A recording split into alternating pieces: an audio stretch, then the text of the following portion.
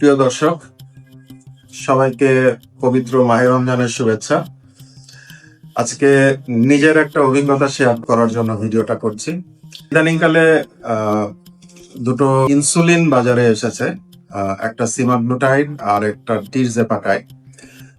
সিমাগ্লুটাইডটা সাধারণত যারা diabetic patient এবং সাথে ওবেসিটি আছে, অর্থাৎ যারা মোটাসোটা, তাদের ক্ষেত্রে ব্যবহার করা হয়। টিরজেপাটাইডটা ডায়াবেটিক পেশেন্টদের জন্য, এবং যারা নন ডায়াবেটিস নেই কিন্তু যাদের ওবেসিটি আছে তাদের জন্য এটা প্রচুর ব্যবহার করা হচ্ছে এবং বছর দুয়েক ধরে পৃথিবীর বিভিন্ন দেশেই এটা প্রচুর পরিমাণে ব্যবহার হচ্ছে। রিসেন্টলি বাংলাদেশে লঞ্চ হয়েছে বেশ কয়েকটা কোম্পানির।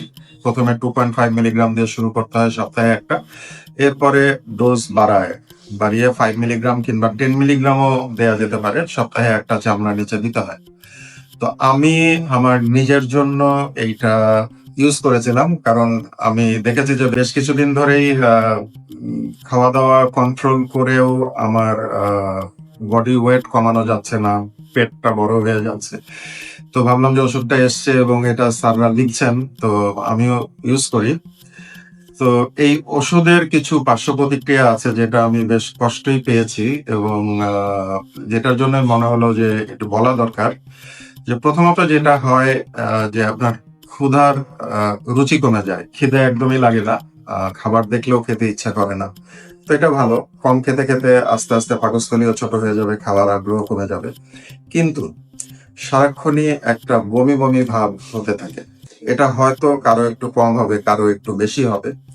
এবং আরেকটা জিনিস যেটা খুবই অস্বস্তিকর, সেটা হচ্ছে গিয়ে লুজ মোশন হয় কিংবা কনস্টিপেশন হয়। লুজ মোশনটাই বেশি। এবং মানে প্রথম দিকে যত, মানে আমার অভিজ্ঞতা যেটা দেখেছি যে যত আমার দিন যাচ্ছে, আমি প্রায় 7টা ডোজ দিয়েছি, মানে 7 সপ্তাহ, এবং লাস্টের দিকে এসে যেটা দেখা গেল যে আমার 1 সপ্তাহের মধ্যে 2 কেজি 2.5 কেজি করে ওজন কমে যাচ্ছে এবং সাথে ডিহাইড্রেশন, একদম দুর্বল হয়ে যাচ্ছি, স্বাভাবিক কাজকর্ম করতে অসুবিধা হচ্ছে। তো পরে আমি এটা নিয়ে আরেকটু ঘাটাঘাটি করলাম যে আসলে আমি যেটা দিয়েছিলাম এটা আমার দেওয়াটা ঠিক হলো কি হলো না। মূলত যেটা হচ্ছে যে বিএমআই বলে একটা কথা আছে, যে বডি মাস ইন্ডেক্স, অর্থাৎ আমরা আমাদের শরীরের হাইট এবং ওজন, এই হাইট আর ওয়েট দিয়ে আমরা বডি মাস ইন্ডেক্স বের করতে পারি, যেটা একটা গ্রস এস্টিমেশন যে আমাদের শরীরের ফ্যাট কি পরিমাণে আছে। বডি মাস ইন্ডেক্স বিএমআইটা মেজার করতে হয় ওয়েট ইন কেজি, অর্থাৎ আপনার যে ওজন সেটা কেজিতে হিসাব করে এটাকে ভাগ করতে হবে হাইট ইন মিটার স্কোয়ার। অর্থাৎ আপনার ওজন যদি ধরুন আপনি 5 ফিট 7 ইঞ্চি, তার মানে আপনার হাইট হচ্ছে গিয়ে 1.70 অথবা 1.71 মিটার। তো এইটাকে গুণ সেম জিনিস, অর্থাৎ 1.7 ইন্টু 1.7, এটা হবে মিটার স্কোয়ার। তাহলে ওয়েট ইন কেজি মানে আপনার ওজন যদি 80 কেজি হয়, তাহলে 80 ভাগ 1.7 ইন্টু 1.7, এটার যে রেজাল্টটা আসবে সেটাই হচ্ছে আপনার বডি মাস ইন্ডেক্স। সো এই বডি মাস ইন্ডেক্সের নর্মাল যে রেঞ্জ সেটা হচ্ছে 18.5 থেকে 24.9। এটা হলো নর্মাল ওয়েট। 18.5-এর নিচে যদি যায় তার মানে আপনি আন্ডার ওয়েট, এবং 24.9 থেকে 29.9 এই জায়গাটুকু হচ্ছে আপনি ওভার ওয়েট। আর 30 এবং 30-এর উপরে গেলে আপনি ওবেস, অর্থাৎ আপনার হাইটের তুলনায় আপনার ওয়েট বেশি, অর্থাৎ আপনার বডিতে ফ্যাটের পরিমাণ বেশি।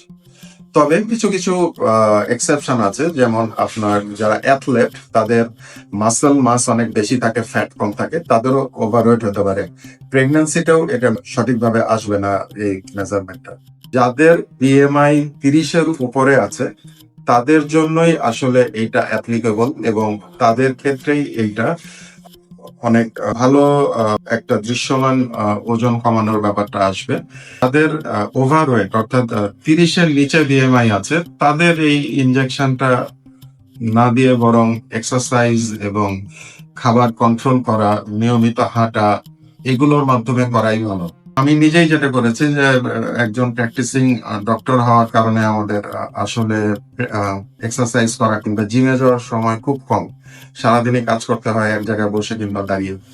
সো একটা শর্টকাট ওয়ে খুঁজতে চেয়েছিলাম, বাট যতটুকু শারীরিক কষ্ট তার থেকে আমার মনে হয়েছে যে আসলে যদি আরো স্বাস্থ্য বেশি কেউ হতেন, তাদের জন্য বরং এটা বেশি অ্যাপ্লিকেবল। সবাই ভালো থাকবেন, সুস্থ থাকবেন, নিয়মিত হাঁটবেন এবং এক্সারসাইজ করবেন, খাওয়া কন্ট্রোল করবেন।